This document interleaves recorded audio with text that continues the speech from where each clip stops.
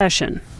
So obviously that would be a picture of Catherine Hauser in better days, but since this story is all about her, we've got some help trying to figure out just who it was who killed her. Since Jack's not here, big shoes to fill. Takes two people to fill in for Jack. In studio today is Joanna Greenwald, a criminal defense and civil attorney who is also a former prosecutor, and former prosecutor and New York-based criminal defense attorney Randy Zellin, also with us. Both of you great guests of ours here on Courtside, and I'm going to put you through the test today because there are some serious questions about this case.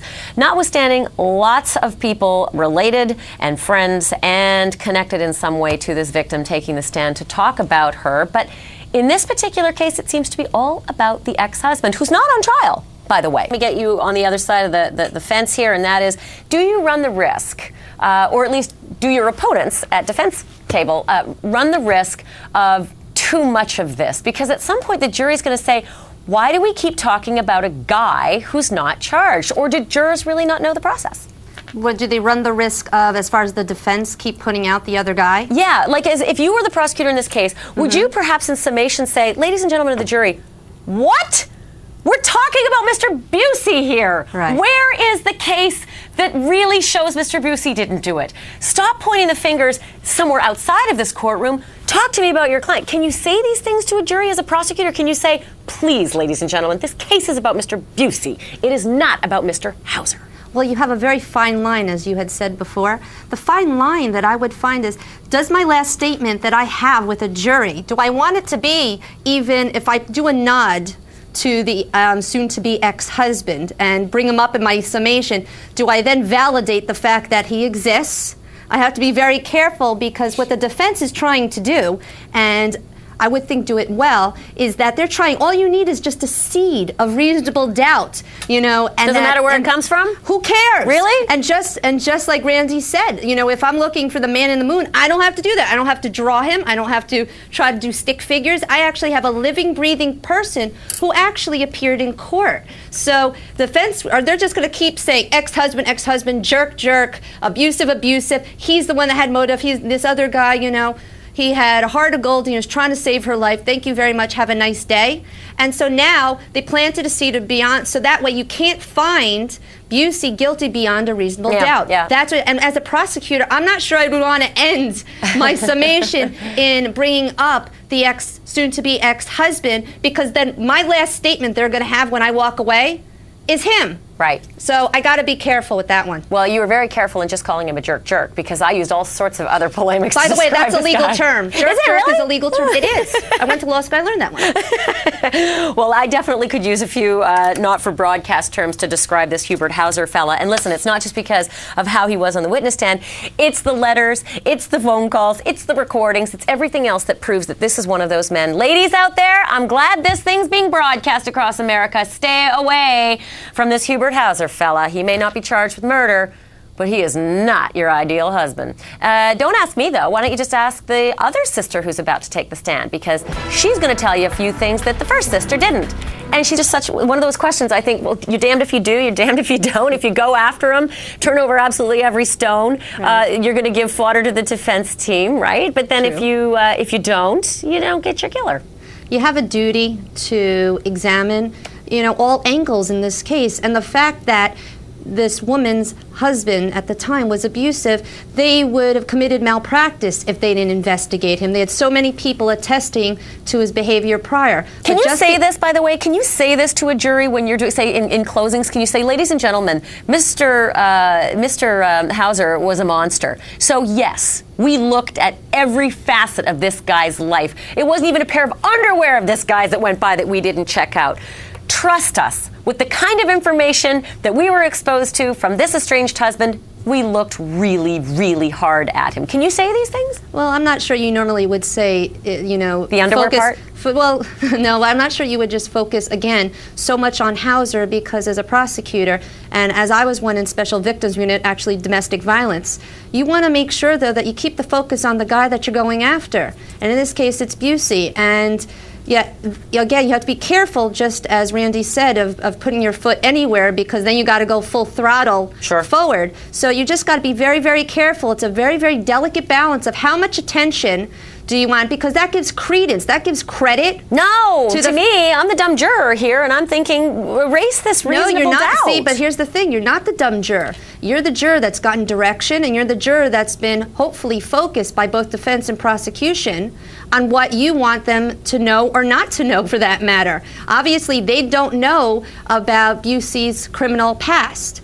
All they know about is who he is now and the fact that there's a DNA hit on him. They're finding out about Hauser. Do they know exactly his whole past? No, but they're finding out what he represents for the defense in this case. And then you have to be very careful. What does he represent to the prosecution? I have to squeeze in a quick break here, but I can't get past the coolness factor that you actually were with Law & Order SVU. Really? Truly? No, just special victim, Kings County, Brooklyn. That's all we were, just a Brooklyn girl. That's She's just me. Gorgeous. She's like Hollywood. Oh, and so smart. And I'm coming back to you for more on this, but first I got to get back to that 13th juror question that we asked you. It was opinion on this. Is this, am I crazy? Are we crazy not to suggest that it's extraordinarily rare to hear of a case where a spousal murder is coupled with a sex crime? Actually, I think that it's rare that you hear that time, but understand that I'm not sure as many people go forward prior to that, because when I, again, was in Special Victims Unit, I saw it more often than not, husbands raping their wives. As a defense attorney now, where... Okay, but wait, raping the wife, I get it. I know there's spousal rape, and there's a lot of it. But coupled with the homicide. I have not seen it very much escalate to murder. Rather, actually, I actually have a case in right now that I'm defending, where you have to look at crimes of passion, like they brought up earlier when we were watching. Crime of passion, you don't necessarily see a husband exact vengeance against his wife for jealousy. Crimes of passion, you got to tell our audience, is not loving passion. Okay, not that kind of passion, right? It's not a good touch, it's a bad touch. Right. Okay, and the way that they deal with it, I rarely see it as a rape, as an act of violence. What they do usually is they stab them 20 times, 30 times, 50 times. That's what you see as a crime of passion. Shoot them 10 times as opposed to 1. That's the crime of passion. You don't see that they rape them and they do that. So this doesn't usually go to the normal way that we would see a husband exact vengeance. You would see the brick hitting not 3 times, which a normal, let's say a normal criminal would do to murder someone, 3 times, 5 times, because that would kill somebody. Someone who is doing a crime of passion, they would do this 10, 20 times where the person almost didn't exist anymore. They're just getting it all out of their system by... They go black. Overkill, literally overkill, right? I think this was 5 hits, wasn't it? 5 yes, hits to I believe so. That's definitely not overkill. So Randy, that's an amazing theory. And Joanna, why wouldn't the prosecutors say bring in an expert during the trial phase to say this just doesn't happen? I mean, they had to know that this kind of a defense was going to be coming from these defense attorneys, right?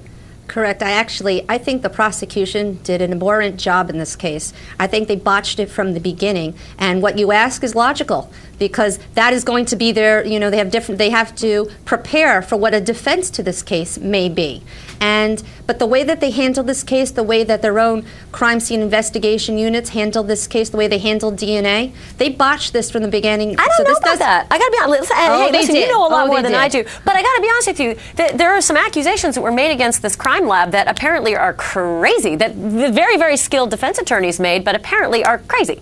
I don't agree with you. Really? I don't think they're crazy. I think that when you have a forensic defense or introduce forensics in general, that scientific test is the Doebert-Frye test. And that is the way that you can use any scientific test. It has to be an acceptable standard within the scientific community. And the way that the scientific group did the analysis in the DNA, and that's why it got tossed out, is that the manner in which they conducted themselves was not a universal accepted standard. And therefore, that's why it was kicked out. They didn't do it right. I got to be honest with you, when I first read through the facts in this case, I was a little astounded because, look, I'm a total newbie to all of this, but I did think that if there's a violent attack, rape, and we're talking about a vaginal and anal rape, this is as violent as they get. Horrific. There's got to be DNA all over the place, including on the walls and on the ceiling, and apparently there's so little that they have to resort to just the stuff that they could actually process and then use in evidence on the sweatpants. It's a bit crazy. But yeah, I'm fresh out of time because I got the verdict bearing down on me, so I got to say goodbye to you two. Randy Zelen, Joanna Greenwald. Thank you so much. You must